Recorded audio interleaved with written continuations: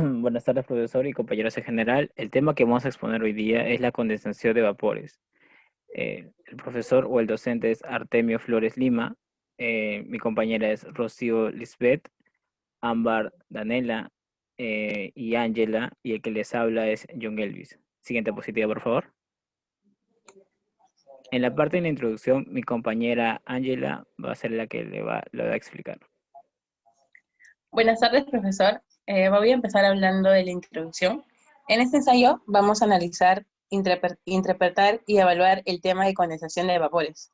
Este tema es muy conocido como la subida del aire ocasionada por el calor latente de la condensación del vapor de agua. Este juega un papel fundamental en los fenómenos de torre cálida, formando el cumulonimbo y provocando la tormenta y la precipitación intensa o convirtiéndose en el núcleo cálido del huracán. Se le llama condensación al cambio de estado de la materia cuando se encuentra en forma gaseosa y pasa a forma líquida. Si se produce un paso de estado gaseoso a estado sólido de manera directa, el proceso es llamado sublimación inversa o deposición. Si se produce un paso de estado líquido a sólido, se denomina solidificación.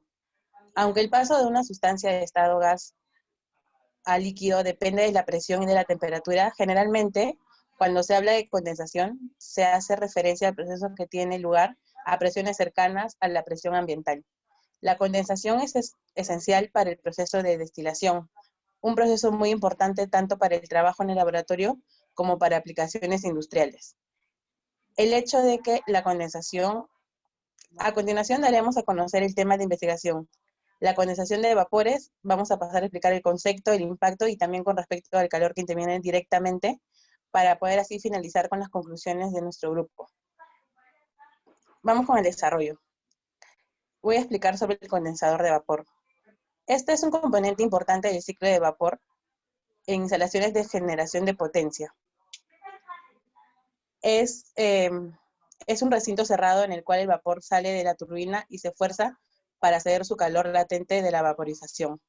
Es un componente necesario del ciclo de vapor por dos razones. La primera, porque convierte el vapor usado nuevamente en agua para regresarla al generador por la caldera de vapor con agua de alimentación. Y la segunda, porque aumenta la eficiencia del ciclo, permitiendo que el ciclo funcione y opere con los gradientes más grandes posibles de temperatura y presión entre la fuente de calor y el sumidero de calor.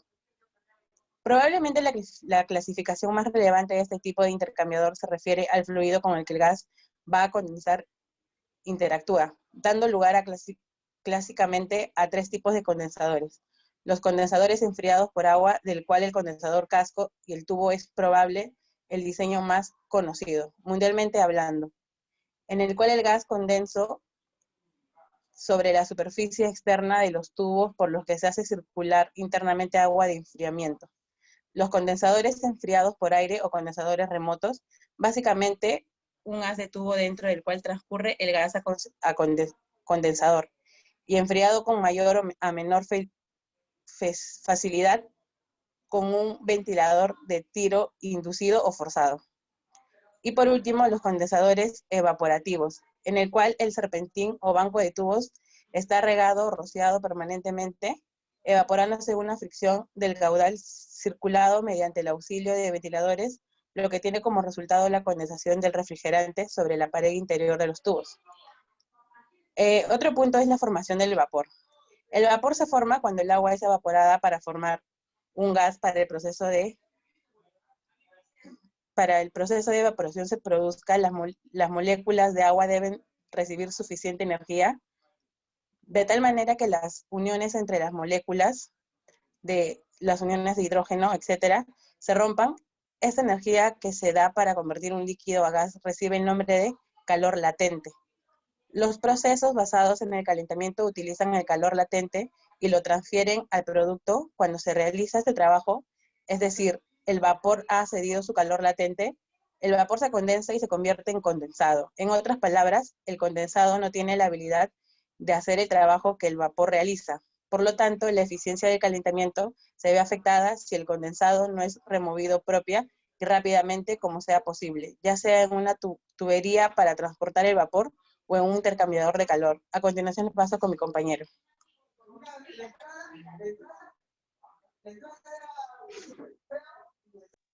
Bueno, yo voy a explicar la parte de calor latente versus el calor sensible, pero de una parte un poco más técnica.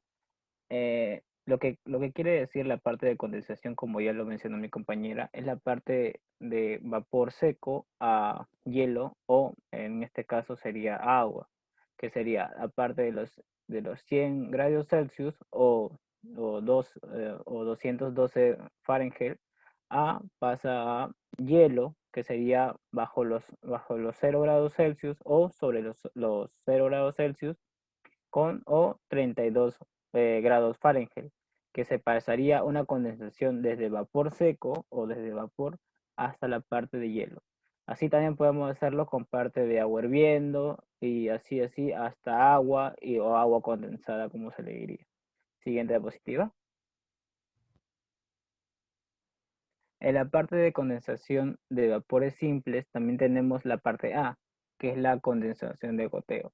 Por la parte de condensación de goteo, como para que sea un poco más explicativo y para que lo entienda cualquier persona, sería, digamos, tú te estás duchando y cuando te duchas con agua caliente, siempre te das cuenta que la parte del vidrio o la parte de las losas en los baños quedan con gotas, ¿no? O quedan bien empañadas.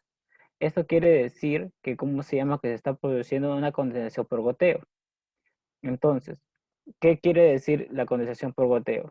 Quiere decir que al agua, al estar caliente, el vapor intenta transmitir energía de calor a las partes exteriores o a las partes que están a los costados, y esto lo que hace es empañarse. Al empañarse se queda como plasmado la parte del vapor de agua. Entonces, como queda plasmado la parte de vapor de agua, pierde energía. Al perder energía, el agua lo que hace es condensarse. Al condensarse, se convierte en parte líquida. Al ponerse en parte líquida, empieza a gotear.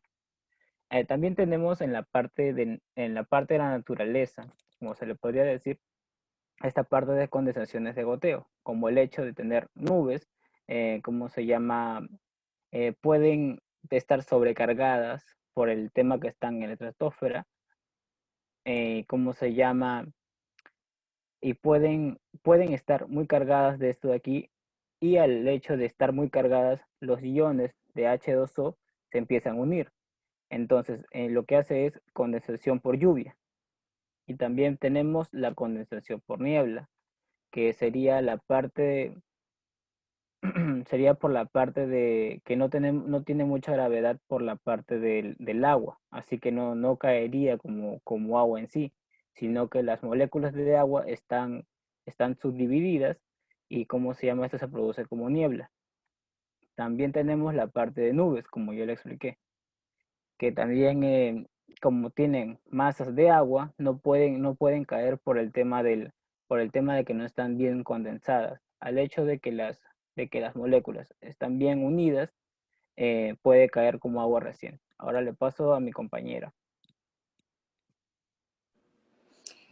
Otro de los tipos de condensación es la condensación por película. Usualmente puede aparecer una inconfundible película a medida que el vapor se condensa en el tubo cubriéndolo. Se requiere vapor adicional para condensarse en la película del condensado en lugar de hacerlo sobre la pared del tubo directamente. Cuando una sustancia se encuentra en estado sólido y es receptora de calor, su temperatura aumenta y el estado de agitación de sus moléculas se incrementa. Si continuamos con este calentamiento, la agitación molecular se vuelve tan intensa que los enlaces entre las moléculas se rompen. A partir de entonces, la energía que se transfiere en forma de calor ya no se utiliza para aumentar la agitación molecular, pero sí para la ruptura de los enlaces moleculares. Estos enlaces se rompen en las moléculas de mayor libertad y dan mayor libertad de movimiento. La caracterización de la fusión o de transición al estado líquido. El proceso de solidificación es contrario al proceso de fusión. Cabe mencionar que una sustancia en estado líquido está cediendo calor. Al ceder calor, su temperatura disminuye, así como el estado de movimiento de las moléculas. Esta disminución del movimiento molecular hará que las conexiones moleculares se vuelvan más intensas, caracterizando el estado líquido. Siguiente, por favor. Ahora nuestras conclusiones. El condensador es un equipo que permite la transferencia de calor de un vapor a un líquido. Su funcionalidad y eficiencia está directamente relacionada a su área de transferencia y a la posición en la que se encuentra por favorecer goteo constante del vapor, que se ha convertido en condensado y que ayuda a definir las capas de transferencia de calor que se forman en la longitud de los tubos inferiores. La condensación se produce cuando un vapor saturado, que se pone en contacto con una superficie a menor temperatura, se enfría hasta que la temperatura se hace inferior a su temperatura de saturación. Si el vapor es puro, la temperatura de saturación corresponde a la presión total. Si se trata de una mezcla de vapor y gas no condensable, la temperatura de saturación corresponderá a la presión parcial del vapor. Podemos distinguir dos modos posibles de condensación. En película, si la pared se humedece uniformemente, y en gotas, cuando la pared no alcanza a cubrirse uniformemente de condensado. La condensación en gotas es el estado que precede a la condensación en película y se caracteriza por tener muy altos coeficientes de transferencia, hasta 10 veces mayores. Las gotas pueden ser evacuadas por la gravedad y reemplazadas, o bien se puede producir coalescencia, que conduce a la formación de una película. El factor principal que determina la forma de condensar es el mojado de la superficie. Eso es todo, muchas gracias.